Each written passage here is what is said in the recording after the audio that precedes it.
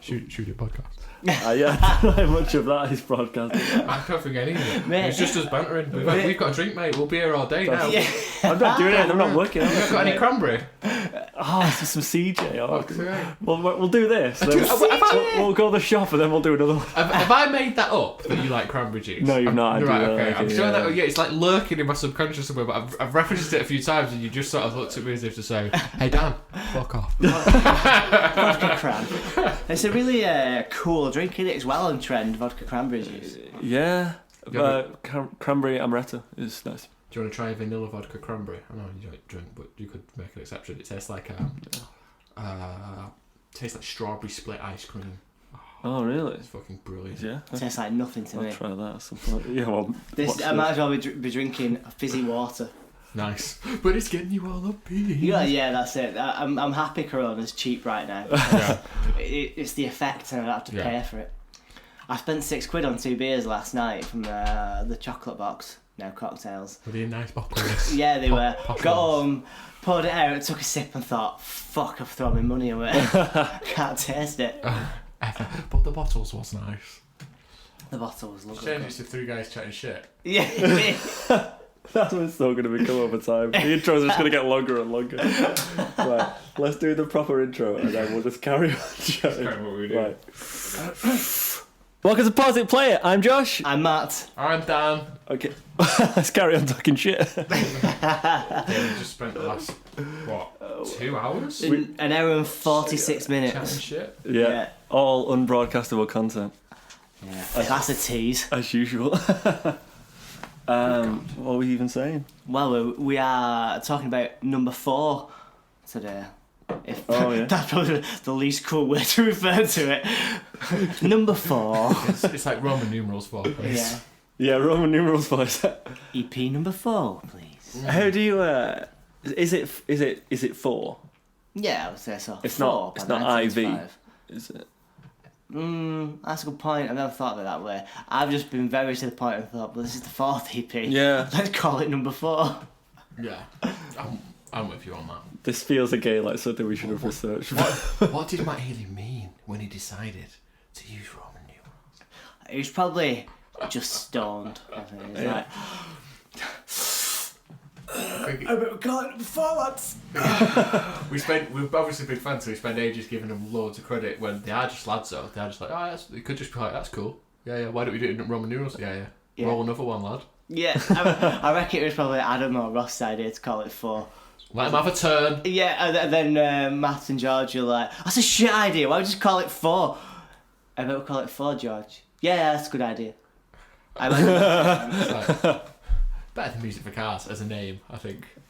I don't like Music for Cars. No, I think it's a really cool name. I think it's a great concept, but I think maybe we should have discussed this last week. In the music, okay. Yeah, it's nice continuity. I think it's I don't know, a little bit too concrete, a little bit too like real. Yeah, there's not the room for your interpretation. Yeah. It's music for cars. Yeah. Music for cars to listen to. In your car. I like a bit more mystery, please, Mr. Healy. Yeah. Hook me up. Well, he was listening and called it 4. Ooh, why is it called 4? Stay tuned to find out. We should say as well that we are socially distancing ourselves. Oh yeah, it's Corona time right now. Corona time. We're drinking Corona during Corona time. We're keeping it on brand. Yeah. Because imagine coming back and listening to this in like years' time. Like, what the hell are they on about? Yeah, so people in the world at the moment won't drink Corona beer because of the coronavirus. But we will. Yeah. It's cheap. Certainly. Well, it is in Lidl. And they stick it by the till as a constant reminder. I think mine was £9 for 12, which is very good value. Just in case you didn't know that. God, imagine listening back in a few years' time and the exchange rate. American people are going to be 9 for 12 quid. Oh my God.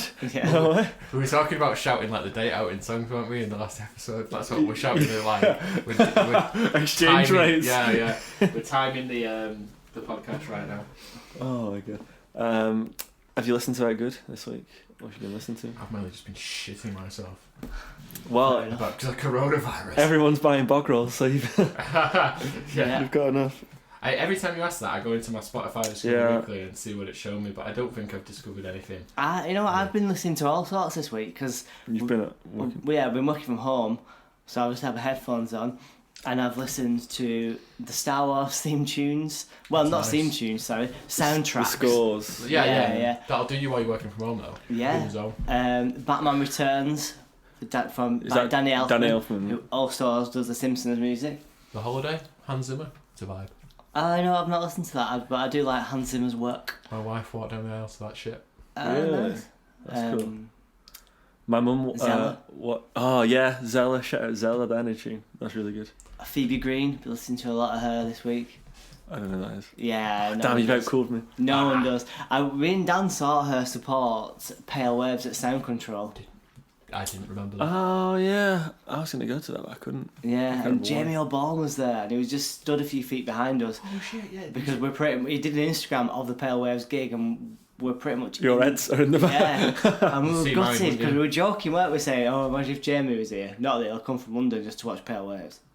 That was in the basement of Sound Control. I've only ever been in that once as well. Yeah, Sick. it was. At least we can tick off every room. We've watched band in every room in Sound Control. Every roommate. That's cool. And now it's student accommodation. I told you, but I listened to Las Vegas' first album. Oh Which yeah, is I've been listening to that as well. so Inspired good. by you. Yeah. Yeah. So do you know it? No, to be honest. No. They're quite not an old band, but that first 2000 album came out a 2008, long time ago. Yeah. Yeah, I remember Radio 1 supporting him at a time. Really? That was Radio? Oh god, Yeah, that's yeah. how different it was like over 10 years ago. Yeah. Las Vegas were getting Radio 1 Yeah, airplay. 100%. Yeah, daytime. Who would that have been? Oh. Who would have been the DJ by then? On daytime? Joe Wiley, Fern Cotton, Oh, Scott yeah. Mills, Chris Miles. Yeah. Not in that order. Joe Wiley and Fern Cotton, that makes sense. Miles, Joe, Fern, Scott, Radio 1. What? You want to know about Radio 1 from 2006? I'll fucking hook you up. Zane Lowe after Scott. Yes. Oh yeah, and it was Colin Murray. Oh, is that further back? Yeah, no, Colin Murray was great. Yeah, after I'll be there when your heart stops beating. Oh my god, that's That's dated it as well. Is he in the room? That's just something. I'll be there when your heart stops beating. A Colin Murray quote that I remember is just him saying, +44, I'll be there when your heart stops beating. That was an amazing impression. And he must have been like the Irish box sticker because he left and they got Phil Taggart on, who's similarly heritaged. Yeah. Should we do our feature of 1975 news? Yeah. And that people on the internet hate Matt Healy now. Yeah. Oh shit, yeah. Again. I don't think it was that bad. Go on, tell us what he said. I've got a So- screenshot. Matt, you read his tweet that he deleted this, and then people weren't very happy with what he said.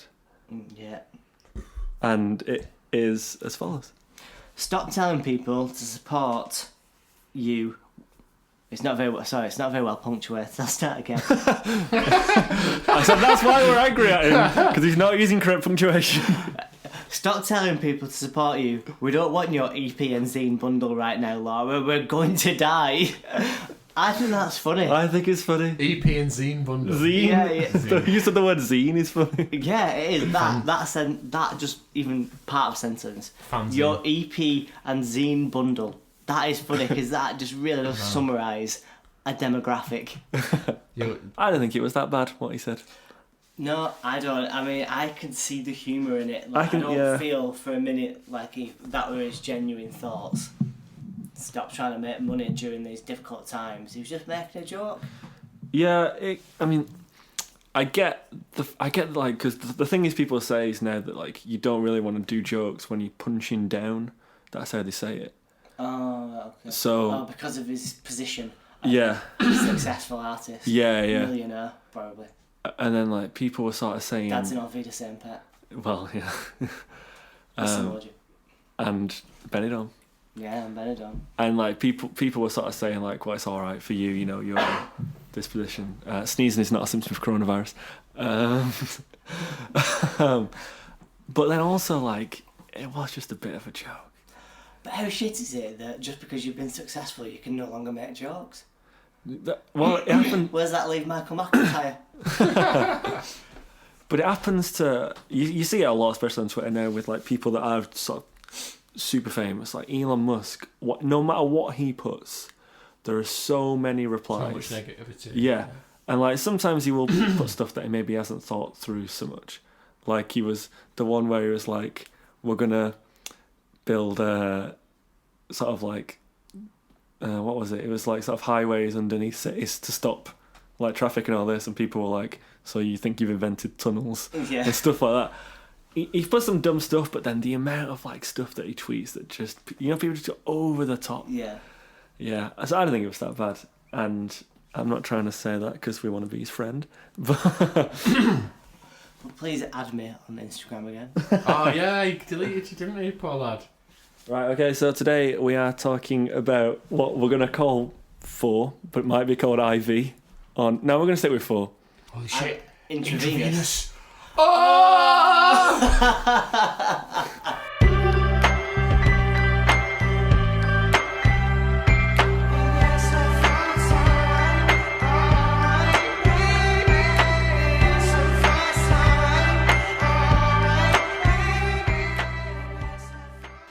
Probably not a great deal to say about the first track either. We've got it covered. What do you feel about this EP? Do you think it is just kind of like, to say the dregs makes it sound very negative, but it's like, I don't. Welcome to the podcast. yeah. I'm not saying it's shit, but they've probably thought out like, okay, this is what's going on the album. Nice one. These are the tracks we got for the EPs. I'm going to use that in day-to-day life. To say that this is the dregs is it's like not quite the right word. That's so sick. I'm not saying I dislike the EP. I'm just saying they started off with this like, we'll stick the city on again. I think that is weird. Everyone's already heard that. We'll stick something good on. Well, that alright song's alright, isn't it? We'll stick that on. That is an interesting decision to put the city out again. I wonder why.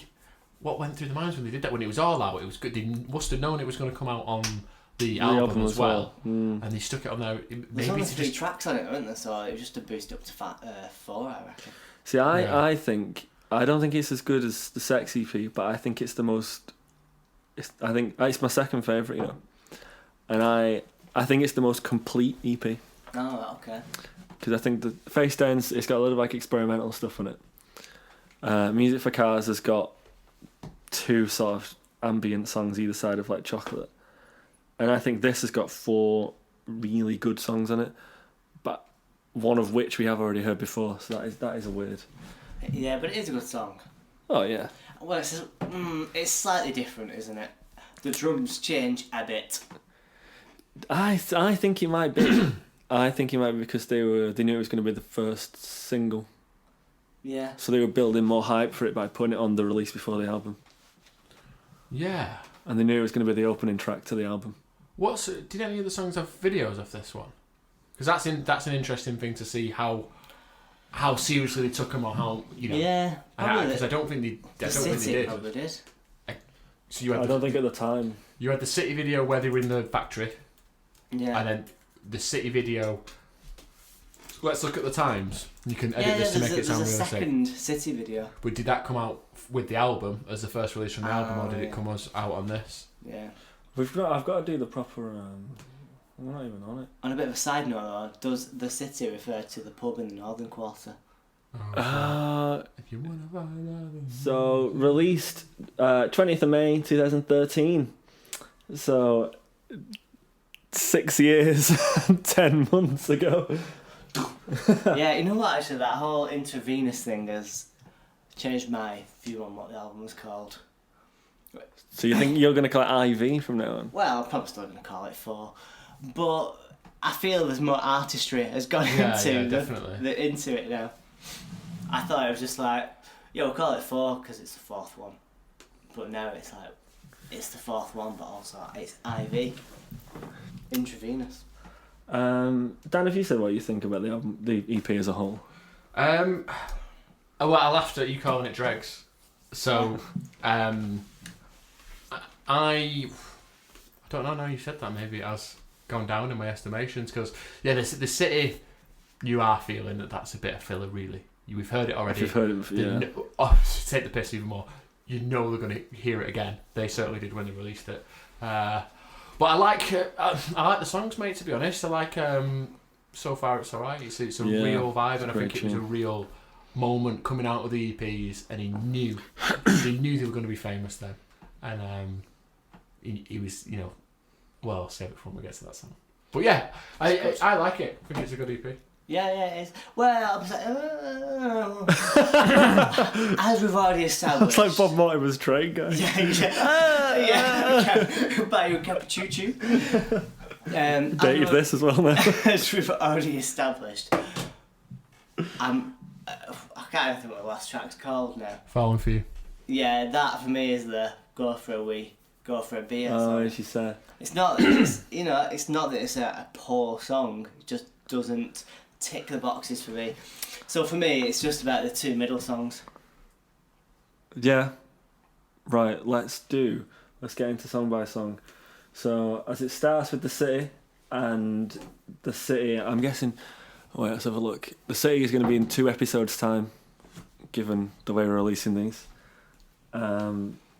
Just for you, Matt's doing some air drumming. I was playing the city for the great visual. I tell you, every podcast there is always a visual joke, and someone always says, "Oh yeah, it's great visual content for the podcast." So we're fine. We're on brand. Right, so the first song on the EP is The City, but we're not going to talk about that. So the second one is Horn Bed. So, Dan, what do you think of this one? I think it's a vibey, ethereal, dream rock. Dream pop. Dream pop is what it was. Dream pop, yeah. Masterpiece. No, I like it. Like, it's been a little weird going back and listening to all these songs, like... the EPs, to be honest, aren't on real regular rotation for me. Like maybe like a song or 2 songs off each one. Yeah, same. Yeah. So going back, it's been like, no, this is actually sick. It's pretty slow and chill. And what's the BPM on it? Someone research that right now. What was that BPM? It's 91 BPM. No, it's not. It is. No, I'm joking. Which is that's a. It's slow. That it's slow. Yeah. It's good to walk to. Yeah. Not good to run to.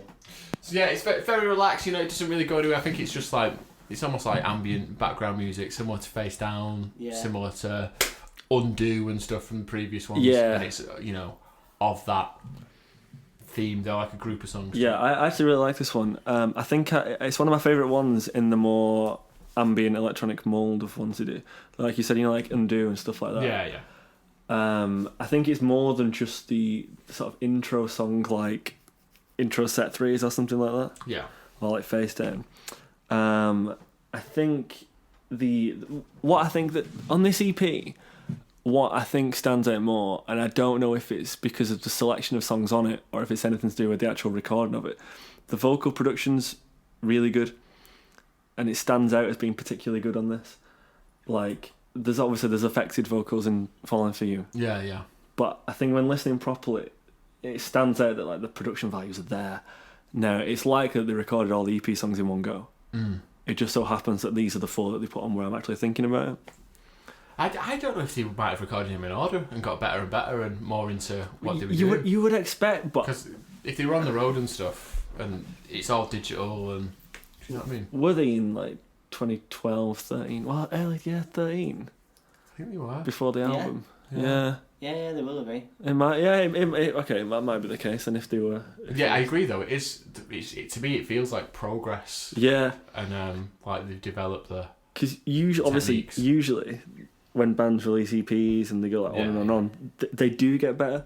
But because Face Down was so good from the start... It's hard to go up too much until you get to like sort of professional studio level. Come on, Matt, what do you think? I think it's been covered. I was listening to it on the walk up here, just for the fans that are really keeping note. We're not recording this at my house today. And I was listening to it on the way up. I thought, this is just a nice vibe. I knew that Dan would also describe it as a vibe. But it reminded me of good background music. I don't know if that is a compliment, where it's the music fades into the background and helps keep you focused on stuff, but it's just that vibe, isn't it? It's just slow tempo, nice background music, it's vibey, it's ambient, very well produced. I think saying background music undersells this song. I think it's more in. I'm just going to slightly rotate the microphone. I think it's more. I don't know. But it doesn't like scream. It's Look not. at me! It's not a single. Yeah, it's not a single. What do you think of the name? Oh shit. Yeah, there was a time when the 1975 were only tweeting stuff with slashes and double letter spacing. Yeah, I think it's just the name is allowing them to do that in the song title, isn't it? It was the correct title for the time, wasn't it? Yeah. That period of the artistry, but Haunt / Bed. It's not a good name. It's not catchy. No one's remembering that. It's almost as bad as If You Tolerate This, Then Your Children Will Be Next. That's a bad song title. That's the main line of the chorus, isn't it? Well, yeah, it is, but it's very That's odd. the second Manic Street Preachers reference You're right, made. though. I think it's always reminded me of that, and I've never quite put my finger on it. I don't know if it still holds the record, but at the time it held the record for the longest title for a #1 single. Yeah, it's gotta be. Well, we'll have passed that as Panic at the Disco had a #1. No. And followed by. There's a good reason these tables are numbers, honey. You just haven't figured it out yet. I don't even like Manic Street Preachers that much. I'm just putting that out there. No, that's a good song though. Oh yeah, it is. If you tolerate this, then your children will be next. And we need to get down some pitch pipes. By the time Josh has auto-tuned that, people will be like, massive auto tune on that. What do you mean? Why is a robot singing? By T-Pain.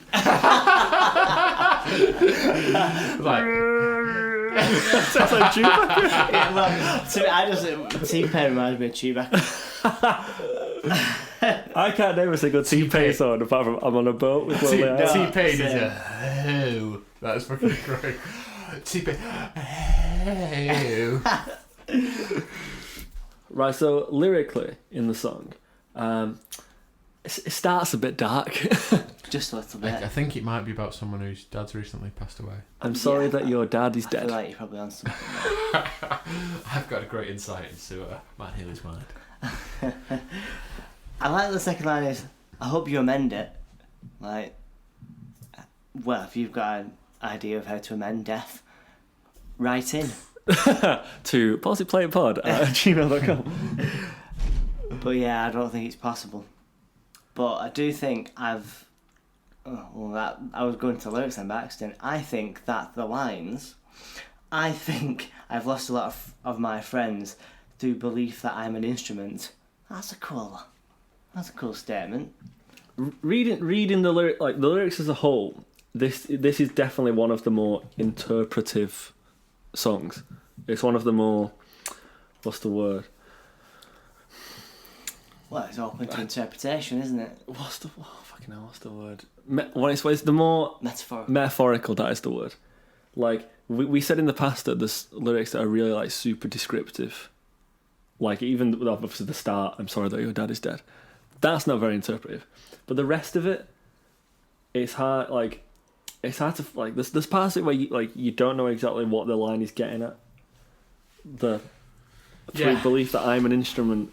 Well, an instrument is used, isn't it? And then the next line is, "Fuck me if you must." Then.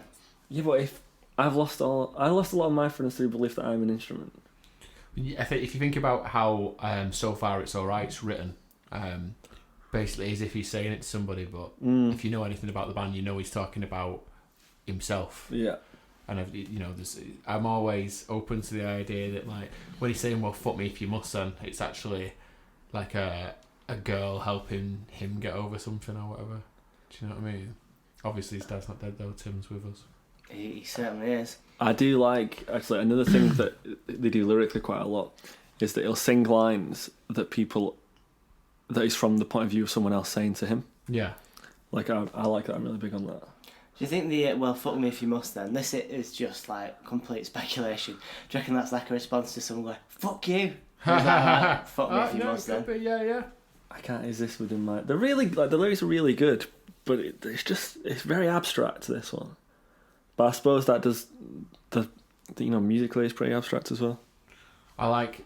So I insist on hard in your bed. It's like a bit of a change in like vibe. It's sort of a reveal. I can't exist with, and you can just see him like maybe with a girl, and she's like, "Oh, you fuck off." And Yeah, like, yeah. just, like, It's a real like he's not welcome. Yeah. He doesn't feel welcome. It's nice. Well, it's awful, but it's a nice piece of lyricism. Yeah. Must have done something right though if you got invited into the bed. Spin car around, push your head down. You know what? I feel like at that point, verse 2, it really steps up a notch. Yeah. It becomes.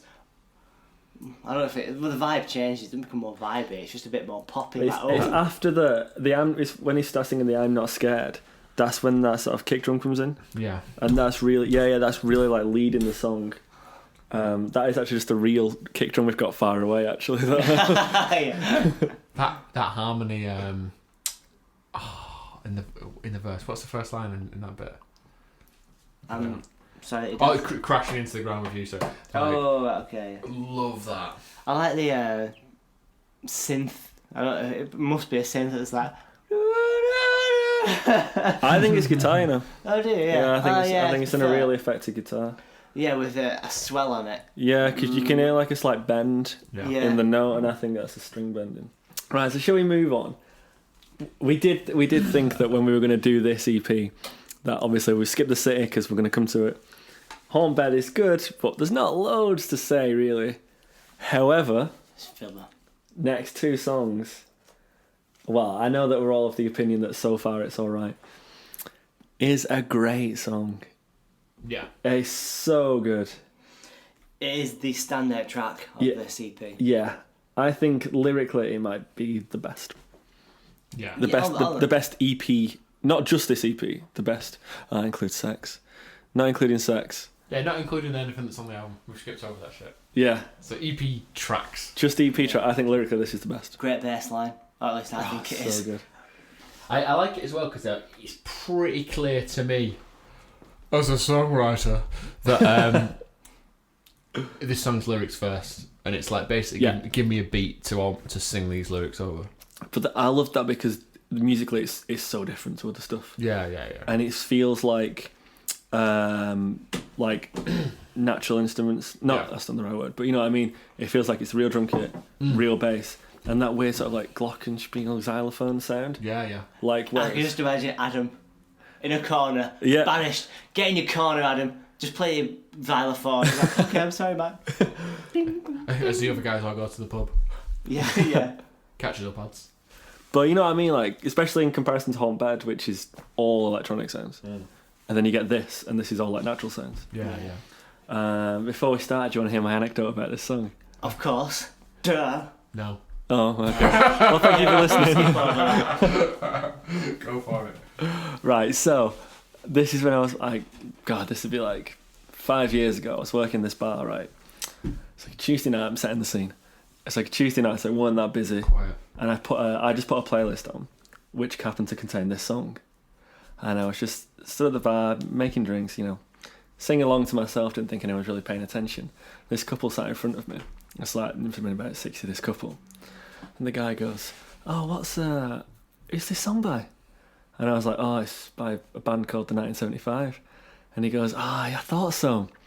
My son plays the bass." Ah, no way. Yeah. And I was like, oh my God. I think this is one of our lads' songs. Mr. McDonald's. I was like, nice to meet you. Like, what do you say? And I was like, wow, yeah. So you're like, and he was like, he was like keen to chat as well. Yeah. Let me tell you how proud I am of my son. Why well, would you be? Obviously, yeah. Yeah. And this was, God, this would have been before the first Manchester Arena gig. Right. And he was. Oh, so this was. It's not like it had just come out this song. No. Yeah. So he was like, I think he might have said like, "Oh, are you going the arena gig?" And I was like, "Yeah." And he was like, "All right, yeah." Well, obviously we all are, because it'd be a big deal. Like all the family went. It was the gig where, I don't know if you remember, but Tim Healy was stood in a box and he was like waving. Everyone was like shouting, yeah. So it was that gig. And we were chatting about it, and he was there with his red wine, and we were chatting. And I don't know how he got onto it, but he was mentioning about the sound control gigs. Yeah. And this must be one of like the very early ones. And I can assure you it was. You're probably there, Dan. But Absolutely, we were there. no, like by very early. I mean, he was like, yeah. So they weren't very happy with them sound control, and the GM at sound control was like, "You've got to practice for 1,000 hours before you come back to play here again." And apparently they went away and did. Oh shit! Right. And then they went back and they were like way better. No way. But yeah, I couldn't believe it. You know, because I didn't. When the guy was like, "Oh, what song's this?" Like honestly, I just thought he thought this just in. Prince Philip is still alive.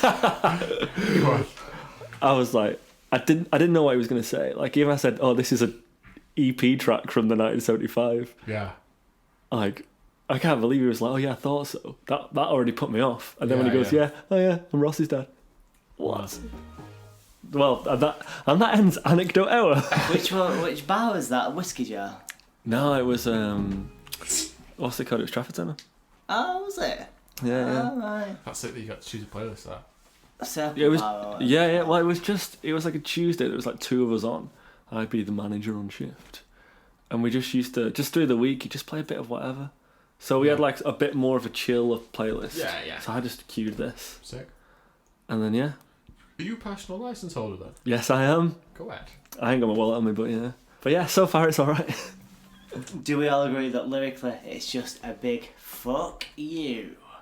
Check me out and my success. Yeah. I think, it's... Shall we... Hang on, we're getting to the lyrics last, shall we, actually? Yeah, we can do music. Well, we've kind of covered instrumentation, haven't we? We've got a xylophone. Bass line really sticks out. But do you think that was an intentional choice? That they were like, right, we've got... If we're under the opinion that we know what songs they were going to put on the EP and when, do you think they were like, right, we've got Haunt Bed, which is mainly electronic. We've got Fallingforyou, which is also... I'd say that's like entirely electronic as well. Mm. Do you think we'll have this, right, okay, we've got something different, we've got the non-electronic instruments? I don't know. It is hard, obviously, for us to get into their mindset, because you could go with the thought that all these EP tracks were written and they planned it out, or that they were just writing them as they were on the go, and I think that is the case. I think they were just... Do you? Yeah. I think do. if they were all written and ready, Milk would have been on this EP, or... Why do you think that? As an EP on its own. I feel like... which EP is it? Is it on the Sex EP? Yeah. I feel like it was just... They had that EP and like, oh, but this song's really good. We'll just stick it on. But they want to stick with the theme that the EPs are 4 tracks long, so they stuck it on the end. Whereas with this one, the city is on there when it's not really needed to be, and they could have put Milk on instead. That's a good point, actually. Because Haunt Bed could have been the opener. Yeah, it could. That's a really good point. Would this EP have been better had it gone Haunt Bed, Milk, So Far It's Alright, Fallingforyou? Yeah. It would have had Milk on it, so yes. I don't know. I keep going back and forth on whether I think that they were all recorded together or they were all recorded in sequence. I think this is separate to all the others. It's got a kit in it, right? Proper kit. Yeah. Yeah. So, well, it's the city. Because if the city's a re-record, that's 100% a real drum kit. When we're on about the progression of the ambient dream pop music, that's I'd say this is outside of that. So I definitely think this was recorded separately. So like all the ambient-y ones I think have just been done on the MacBook basically, and they've just knocked them up. Yeah. But this, I think you definitely need studio time to sort this out. What about like Fallingforyou though? Because that goes into that ambient dream pop category. It does. It's a little bit. It takes a little bit more to it, I think. But I don't know. Maybe that's just because it's progressed so much, like we said about Home Bed. Yeah. Like it just feels a better standard of production now. Yeah. Can you fake that xylophone sound? Yeah. Yeah. Yeah. You can fake anything. If you I just would have thought that would have been played live. it could have been, but if you get like a sort of super expensive keyboard with like the presets, Yeah. or with like a plug-in as well. Yeah. Because you'd imagine like George would be like well on it. Yeah. With the plugins. I can't imagine a xylophone's easy to mic up either. No. Have you seen those people where they have like 2 xylophone sticks per hand? Yeah. And they play like 4 notes at once? That's insane. I think this is just 2 at once. So Yeah. I reckon I could probably play this. You ready? You ready for some cold hard stats? Go on. Ready? I'm going to go to the stat corner.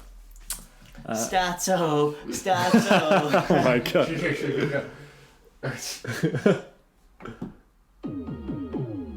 Welcome to the stat corner with me, Josh. It's not been played live since 2017.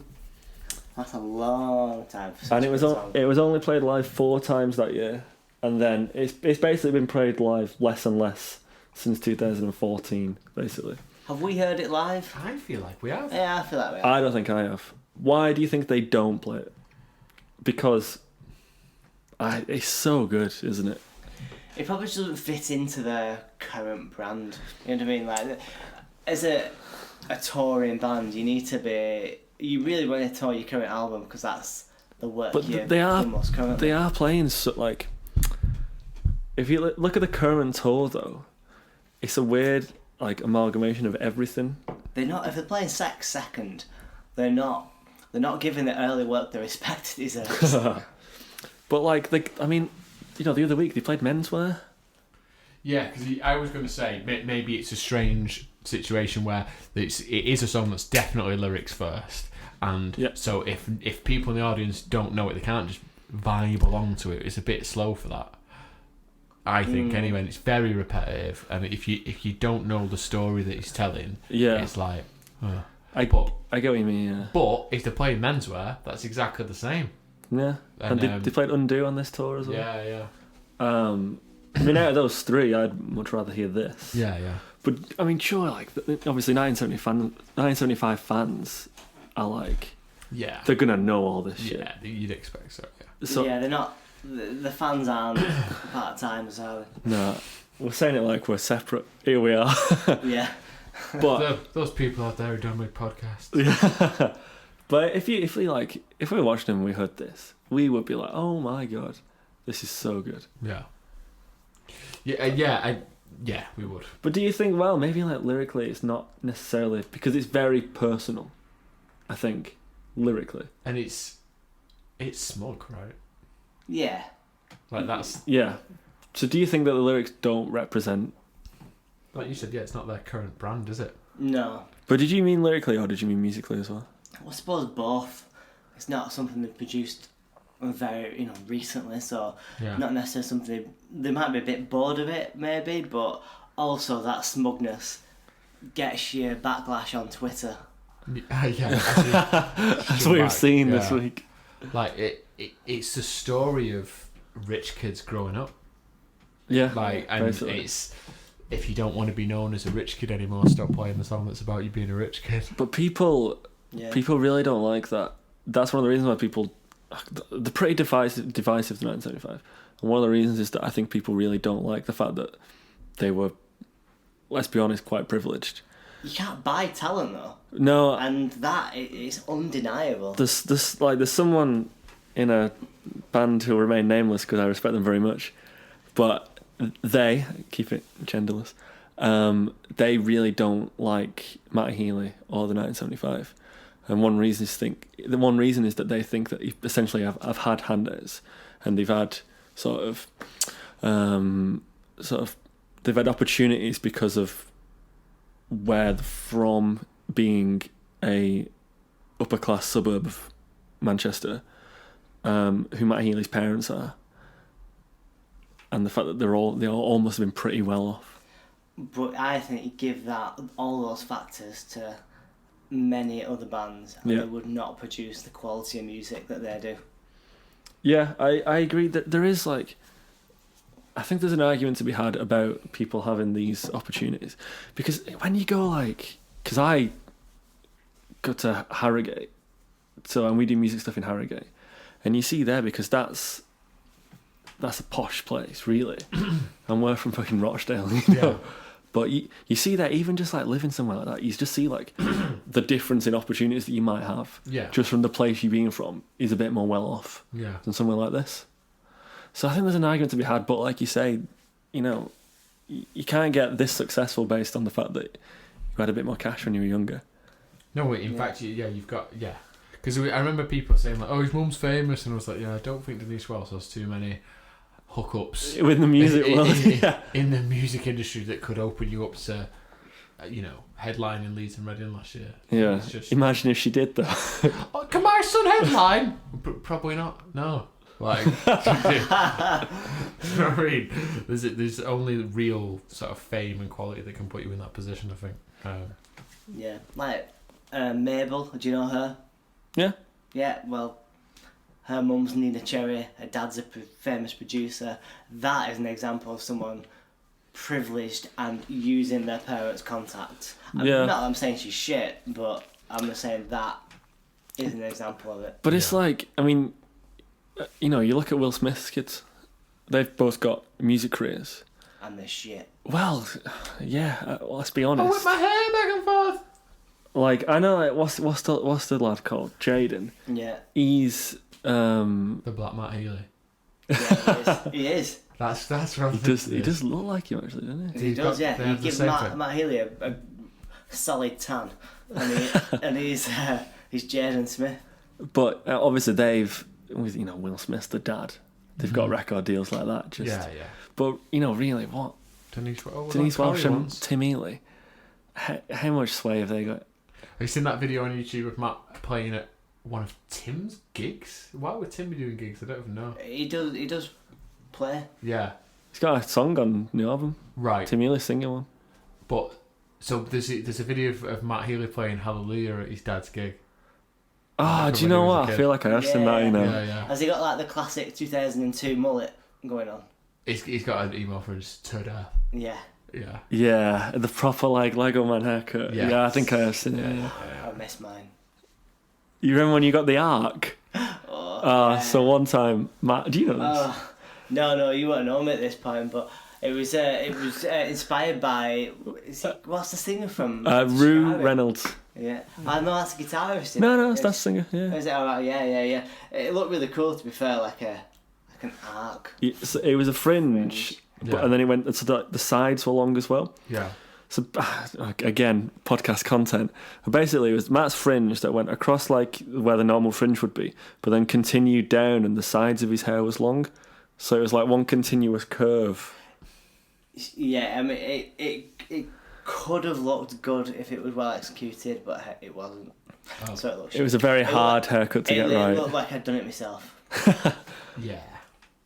Oh well. I mean, I've had some Character suspect design. haircuts. So. Suspect's a great word. So lyrically, I think it's one of the best. It is. Every line. Yeah. Maybe that's an exaggeration, but Well, no. every I don't think line's good, worth critique and further thought. It's just a total story. There's no like lines and bits of sections that are separate. It's all it's coherent, and you can go through it and like see it happen. It's very personal and very descriptive. Yeah. It's like the first. What's that me? Damn it. That's the second So time. I've many done something like this. digital interruptions as well. That thing was bleeping. Yeah. So like the first line. Yeah, it's the way we are. We were smoking by 11 and knocking round town. Yeah, but is that like an 11 a.m. p.m. or is it 11 years of age? Because I can't actually imagine them smoking by 11 years of age. I don't know. Do that. Hey listeners, put Green Meadows, Rochdale into Google Maps. And Yeah, well, there's definitely some 11-year-olds smoking on there. there are, but probably not in Wilmslow. At least I hope not. But I've always taken it as an age though, because I think Yeah. they, like that privilege and they just want to rebel and like they've probably You got take money it to as buy age. fags. Yeah. I thought it was time, but Yeah, like 11 a.m. they're already on the weed. yeah, getting up and then straight away. Like, Yeah, smoking the chocolates. No, I can see what you're saying. I love we were never good at selling, couldn't cut down, because is that a reference to them selling drugs? As in, like, we were shit at being dealers because we just smoked. it's gotta be. Or sniffed our own supply. Yeah. It's gotta be. But then going back to we were smoking by 11 line. The first line of the third verse. So here we are. It's 11:15. I don't know if that makes me think more or less that it's the time they're referring to in the first verse. That would make me feel like it's more age in the first verse than time in the second. Yeah, as like opposing sort of. Yeah, because it likes to do those sorts of contrasts, doesn't it? This might be so specific that we need to cut it out. Then it must. Satan's Hollow at least used to have a free bar. And I remember discussing this with Manny about whether this was we're in the third verse, aren't we? So, but we're skipping about. But pushing in at the bar, you can cry till 11. It's quarter of an hour. Whether that was like a reference to the free bar at Satan's, I don't know why we got on to it. You know what? You could well be right, because these lot would cut about in Satan's. Yeah, I've seen him in Satan's. 100%. Yeah. But that's still a thing, that free bar. Yeah. Like Tuesday night or Tuesday night or something like that. Yeah. Yeah, and I reckon that's. I don't know why it so specifically came up, but what's so good about it is there are so many specific references and so many like niche references as well. Yeah. It's just it's a GCSE English dream. And it just the constant unasked question, right? Oh, how's the band going, Matthew? Yeah, so far it's all right. All right, baby. Like, just people who don't know and just think you're just some fucking guy who dropped out after high school and you're just totally going to be meaningless. And he's like, yeah, I think I'm going to be all right. But don't worry about me. It's going well. But the answer, like, getting asked that, though, is such a horrible question to answer, isn't it? Like, what do you say? Yeah, it's all right. Even at this stage now where he's got global fame, he's probably just like, it's going well, thank you. Yeah, what would Are you still in that band, Matthew? Do you play the drums? No, I've never. I play the guitar, don't I? I sing sometimes. Yeah. I can't even spell drums. But who think of most drummers? Whee! Yes, drummers. It's just a great song to take them from the non-fame era into being famous, but because like the line where it's in speech marks in here, and I think it is meant to be. I used to think you were cool. I believed you had a wonderful vision, but I soon found out you're a terrible friend, and your mother's on the television.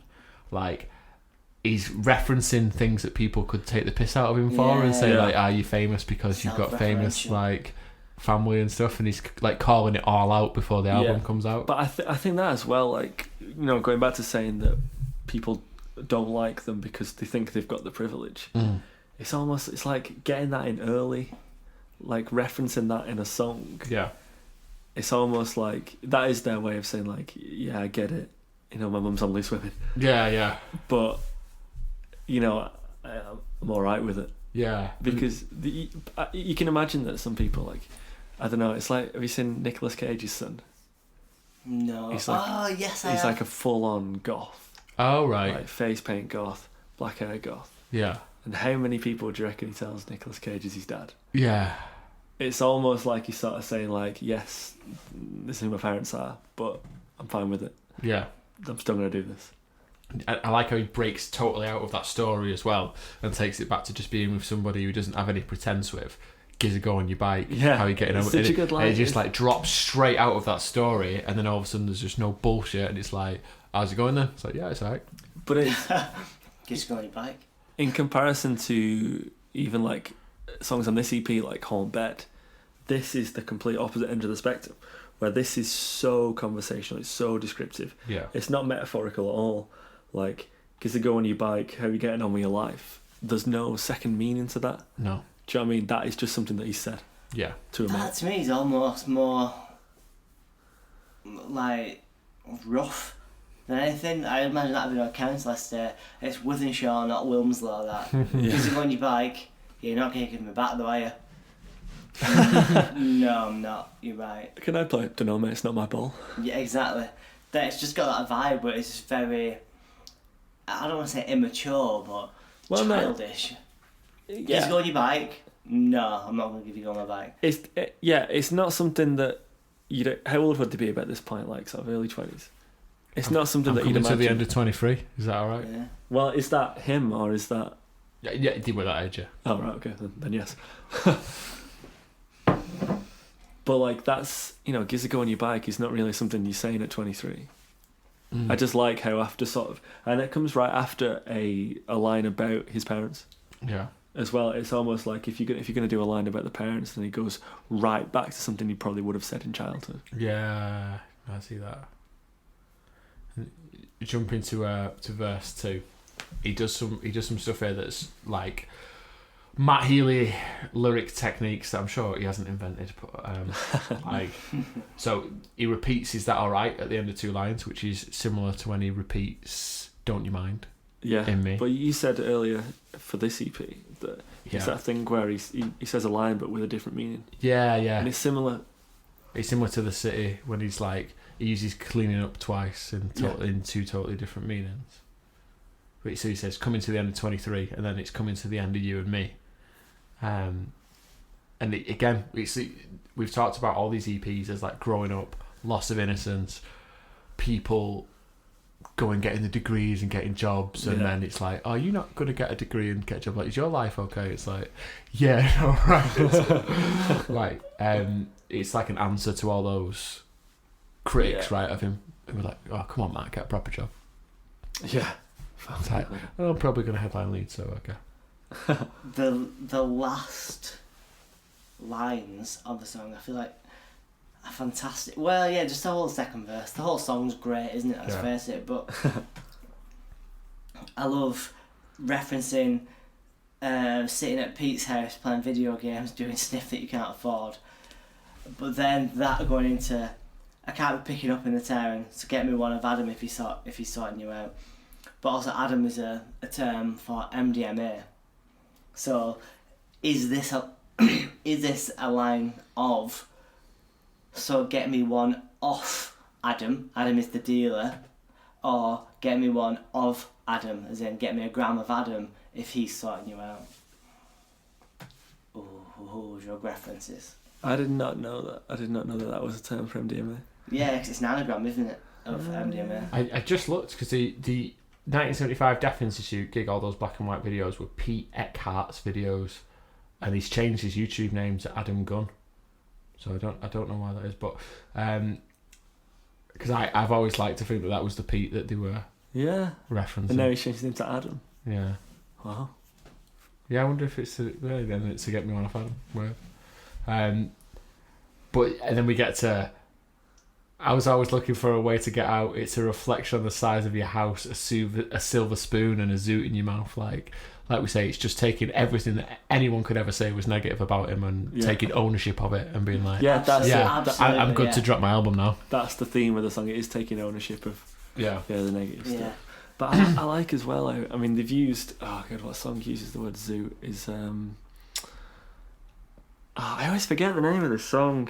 It's, I can't think. Give yourself a try.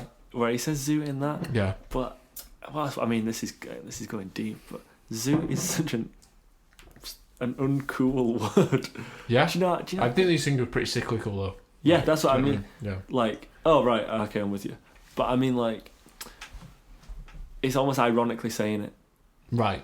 And I think I seen someone screenshot the line in "Give Yourself a Try," saying like, "This is a lyric. This is so cringe," but it's almost like that thing about being in the club. Almost like if you've been listening to this band a lot, you know that line is not completely genuine. You know that it's meant to be slightly ironic that you're using the word zoot, especially because that whole song's about age as well. Yeah. I actually learned what a zoot was from 1975. Yeah. So you're listening and learning. That's it, yeah. The more you know. This podcast. I think the best line in the entire... the best line in the entire song has to be, "You just write about sex and killing yourself and how you hardly ever went to school." Yeah. I think that's such a good line. Again, it's self-referential. You got Sex and Me. Are there any songs that are directly about not really going to school much? I wonder if you could like look through like Scary Monsters and that sort of stuff, and maybe there's something in there. Yeah, I don't think of that. I like those. I like lines like, "Why stay if you hate it so much? You think you're well cool. Like you think you're well cool is total Manchester phrasing of how you would have that conversation. That's how I would say. But it's so like it's going back to the how conversational lyrics of the song are. Like you wouldn't think to put that as a lyric because it's just so like slang. Yeah. That's what I always love about Matt. This will be a theme. I'll probably mention it in every podcast. But like, great, really eloquent vocab mixed with "you think you're well cool." Yeah, like, and he does. And what's the next line? Your ultimatum's a ridiculous joke. Is that the next line in the song? It's not. You just write about sex and killing yourself. Oh. Is the next line. And she was talking marriage, so I had to get out. Now he's making up for it by sleeping about. Oh. Your ultimatum's a ridiculous joke. I'm sure I've heard him talk about that line and say like about smoking, but I'm going to pick the option that allows me to smoke, so you can hear like these arguments with a girl, right? Or maybe even Jamie. I think maybe even like with his mum. No, I think with a girl, right? Because he's out. And it's like, why stay if you hate it so much? You think it's well cool. Like maybe one of them wants to go somewhere like more upmarket or something, and the other one doesn't. Yeah. And you're like, oh, you should stop smoking weed. It's like, or I'm gonna leave you. And he's like, well, I'm gonna pick the option that allows me to smoke, mate. So sin a bit. But I didn't when sin a bit turns up in a 1975 song, that's when you know. You know, if you listen to our podcast, sin a bit. Nico Blackburn. What does he say in Is It Sincerely Scary, where it says someone pied me off, pied you off? Yeah. That's using that in a song. That's great. I didn't think of that. You think these songs are towards like a girl, but it could be every line that you've said. It could be directed at his parents. Yeah, I didn't think of it like that before. There's a lot of parental themes running through it. Yeah. So they seem really cool though. I just get the impression that his mum and dad probably wouldn't be that arsed if he smoked weed. But apart from like maybe the lyrics about the bar, but like, why stay if you hate it so much? You think you're well cool. Why stay living at home? I think a lot of these lines now, looking back, can be said as either directed at or by his parents. Yeah. Well, yeah, maybe it's a fuck you to his mum and dad. Yeah, you could say that your ultimatum's a ridiculous joke, and like that sort of. Oh. You can either live in this house, or you can continue to smoke weed and find your own. Yeah. All right. Well, if you like it so much, go to Pete's house. Yeah. You will get into debt. So, last song on this EP. That was well radio DJ, by the way. So, last song. Thank you. I think it's when I go a bit closer to the mic, I feel like I've got to be a bit more professional. Shit's serious now. I have to do the housekeeping. Yeah, you are our leader. Like, you are like, right, come on, subject change. Yeah, because we just go off on one. We talk about all sorts. He said something that I don't know what he said. I just said welcome to the podcast. They call it housekeeping on radio, where like you've got to be like, text in 88 to 91. That's Radio 2. That's Radio 2's text message. 88291. Right. 88 to 91. FM. BBC Radio 2. So Far It's Alright was released. Radio 2's good. I know I'm getting old when I know I'm like, you know what, I'm starting to appreciate Radio 2. But I appreciate Radio 4. I was going to say, I don't listen to a lot of radio, I don't think I've aged out of radio. I've probably aged out of Radio 1 by this point. Radio aged out of you.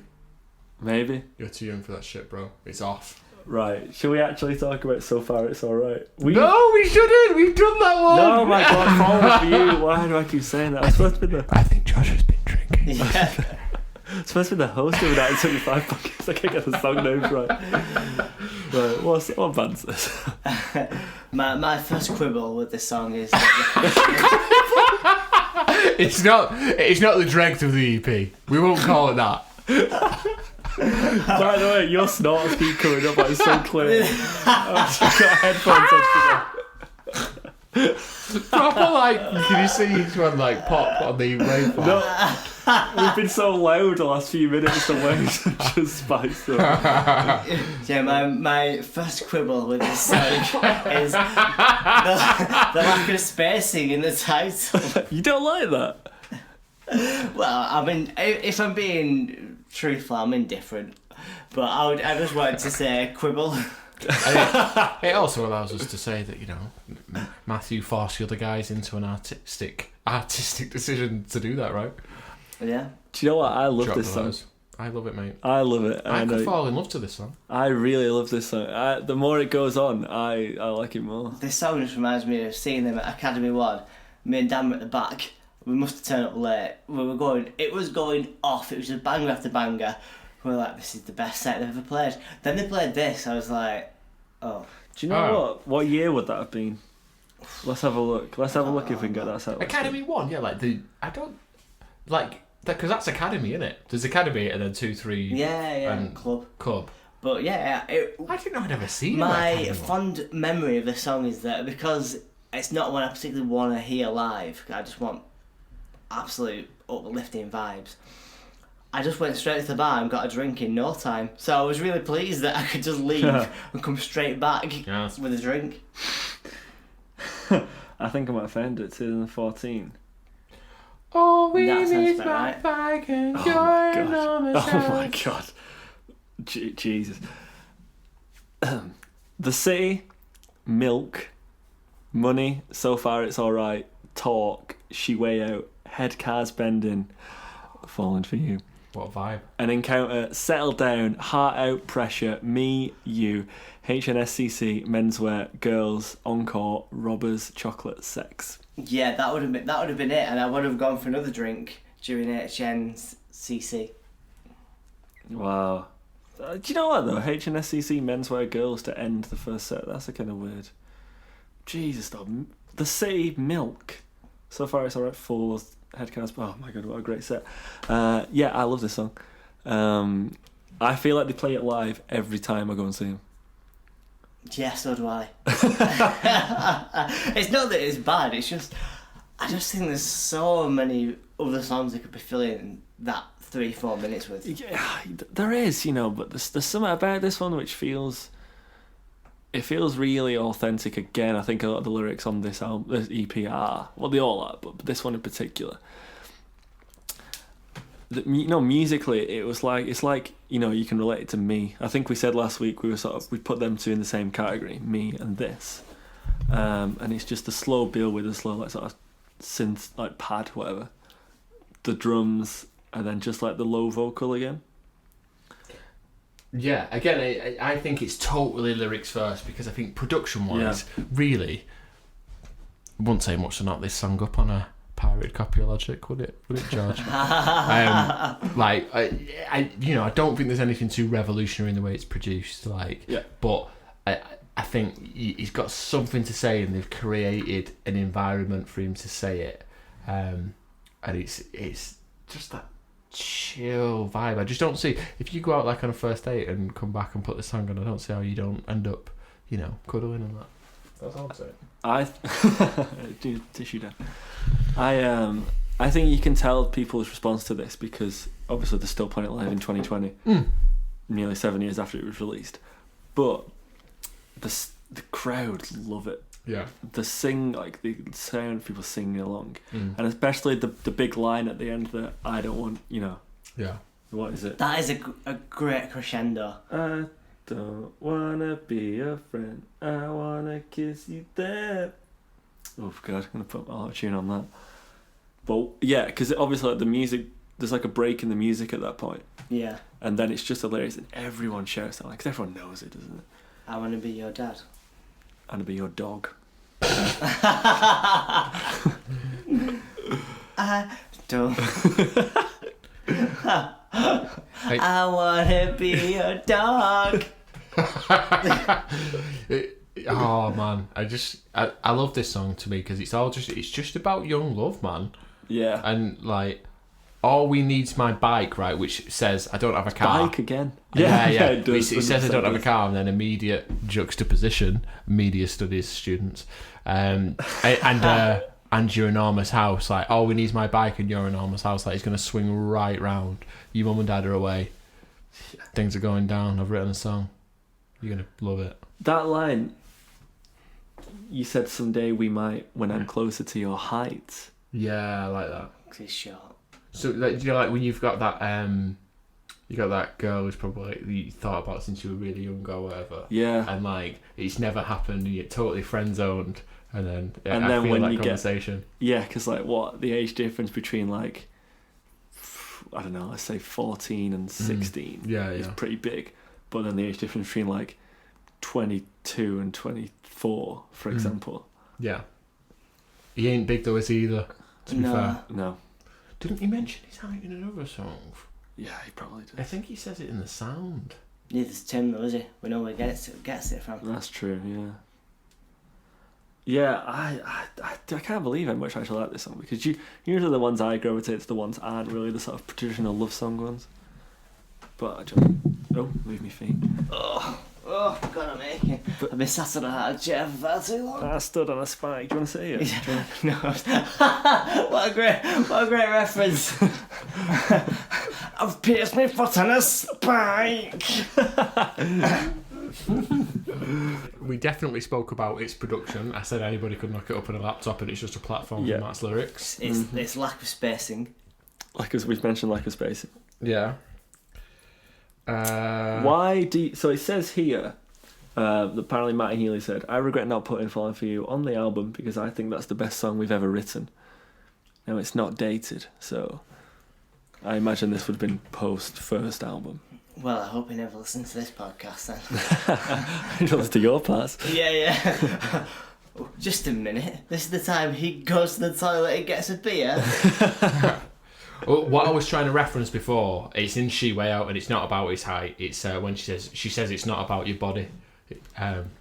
It's just social implications. Like, I thought she was saying it's not about your height or something when I was thinking about it. Maybe it is mentioned less. But I like that. I feel like you just mentioned height at some point. Yeah. Write in, telling us that you're terrible fans and you should know this if you're doing a podcast. So when I was looking back on the EPs as a whole, I feel like this is the only one which is more of a traditional love song. Would you agree? Yeah. Now, what do you think about ending the entire EP cycle with that song? It's deep. I'm not. Felicia.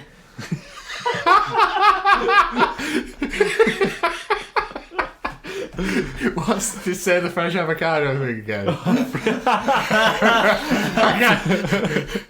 Get to Del Taco, they've got free shabakadoo.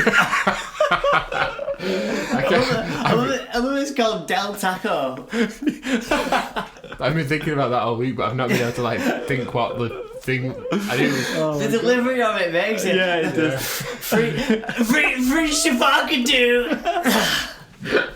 Oh my God. Yeah, I was gonna say that I think this song has got something that me, for example, doesn't. And I don't quite know how to explain it. That's not good. Yeah, because I think this song speaks more to, like you said it before, a traditional pop song, a traditional love song. Like it's a bit more structured, and you could show it to anybody, and there's nothing they could really, apart from Matt, who could go, oh, it's a bit shit that. Like with me, it's depressing. They're like lyrical, like you can see why somebody might not want to listen to it. But this, why would you not want to listen to this and fall in love with Matt Healy? Either with him or alongside him. We're going for with there. Do you know what I mean? Yeah, 100%. Let's just look at it. But it goes back to the conversational lyrics again, and it's like that. I read between the lines and touch your leg again. But that is such a good line. Especially when you consider how much Sniffy did then. I've not thought about that until this point. Yeah. I'm looking at the lyrics of She's Way Out now. These are not relevant. Yeah, that whole verse, it's such a little interaction between two people. I remember I was really trying to copy this style when I was like listening to this stuff. You said, "Oh no, it's fine." I read between the lines and touched your leg again. And you're like, when you when you first meet people, it's almost like we were talking about with the Super Late Night. When just the first moments of falling in love are so like, holy shit, did you want, like, was that okay? Yeah, I touched you like that and you were, oh shit. I'm going back. Yeah, and like, oh no, you like me. I love being liked. So I love being liked. Shit, most people think I like you too. What? I think that's like the whole, it's just a little story, that, innit? So I think you get this more in later songs. Yeah. But you mentioned about how you think it's one where they got the lyrics first and then they put the music to it. Yeah. But I think there's something he does now where they really, they sort of trade in perfect lyrical phrasing for how good of a line it is. Okay. And not to the detriment of the song, I think it fits really well. It's like in People, for example, the line before it goes into the chorus, I don't like going outside, so bring me everything here. That's a good line. It's a good lyrics. But I don't think the phrasing of that line fits in perfectly. Yeah. No. And I think there's signs here that they're starting to do it with the, do you fancy sitting down with me? Maybe. It's almost like that's been sort of kind of like tacked on the end, but it's good because it creates, it almost like, it's like not spoken word, but it's so, because it's such a soft song and the way it's delivered is so soft. A word coming out of the phrasing of the lyric, I think is really effective in the setting that they're trying to create, especially in this verse when they're trying to, he's trying to describe a situation of literally someone sitting down next to him in a smoking area. Yeah. It is beautified. Alright, has anyone else got anything to say about this song? Because I think we should talk about just the EPs as a whole. Yeah. Yeah. So that is, it's every exclusive song to the EP. Yeah.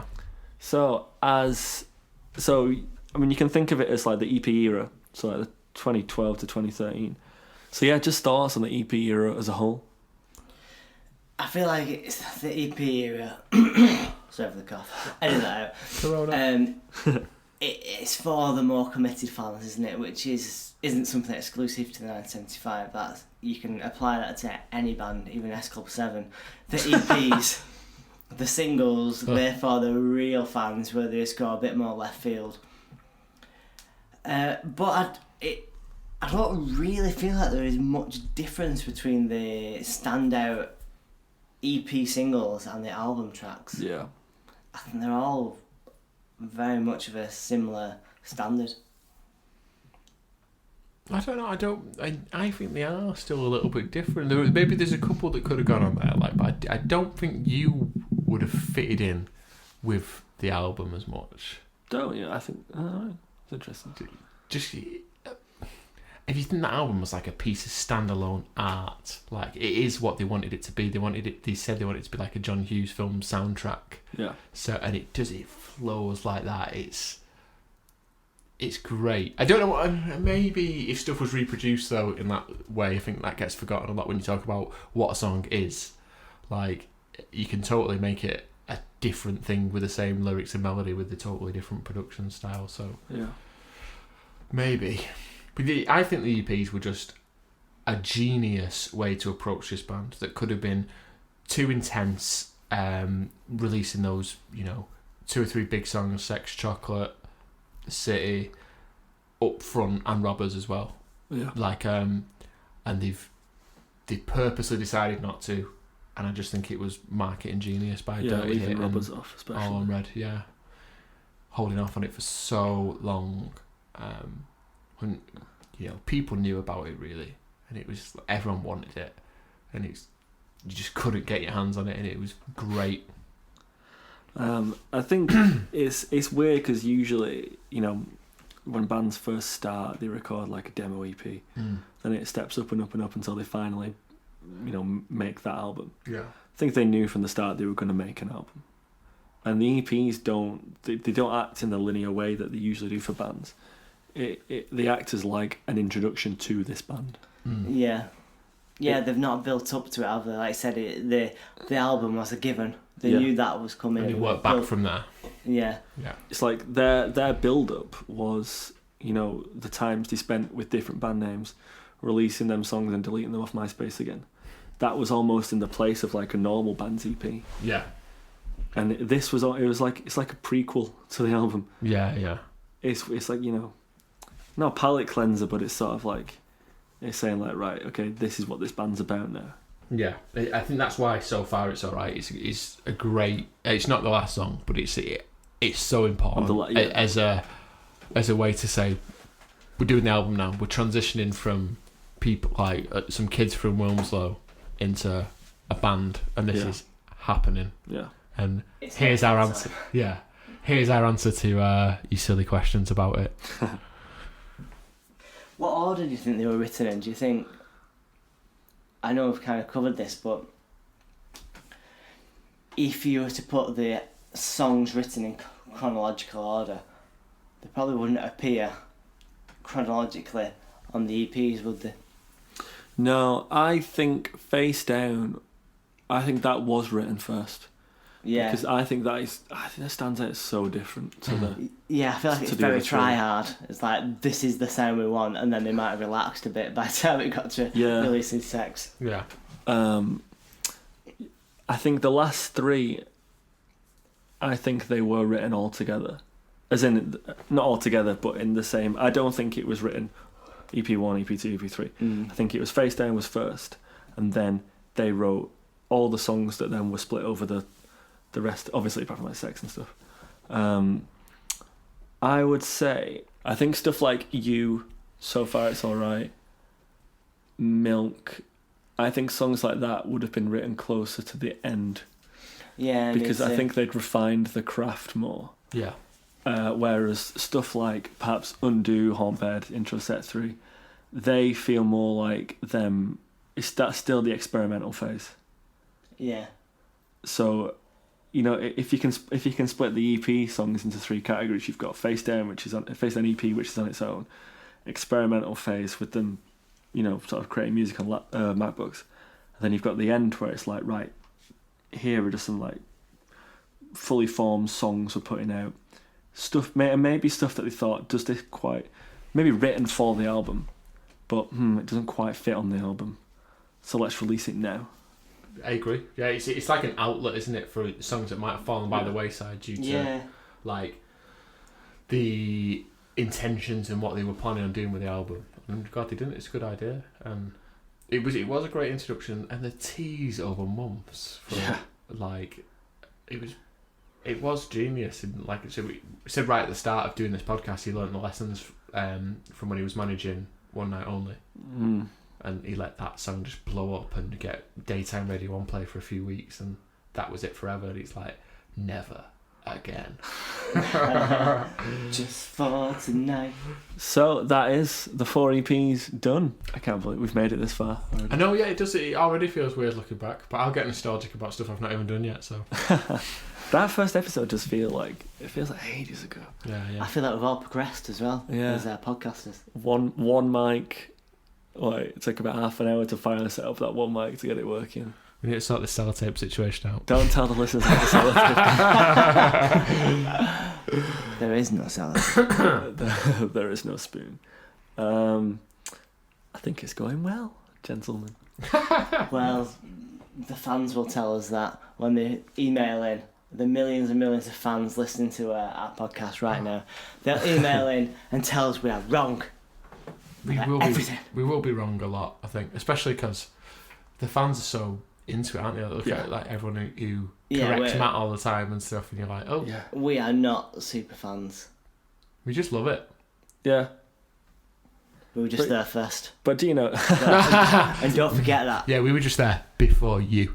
Do you know that? Do you want a podcast of people just like reading off like fact after fact after fact about the songs? No, we just chatting shit. You want more of a conversation about it. How's it make you feel? Where were you? What was it like? Who were you with? That's the shit right there. Right, so if you want to get in touch, we have Twitter. So we're at Pause It Play It Pod or the 1975 Pod on Twitter. You can email us at pauseitplayitpod@gmail.com. If you've got stories of when you've met the band, how you first discovered the band, send them in and we'll read them out on the podcast. Or if you've got anything else to ask us or any other stories you want to share, we'll definitely read them out. We'll try not to these episodes to go for too long, although we have been at Dan's house 4.5 hours now. Right, so thank you for listening. The next episode is going to be the 1975 song on the album The 1975 by the band The 1975, which we're going to do to talk about the album as a whole, sort of what we think went into making the album, and then we're going to get into it song by song after that. So thanks for listening, and we'll see you next time. Cheers. Goodbye. Goodbye. If you tolerate this, then your children will be next.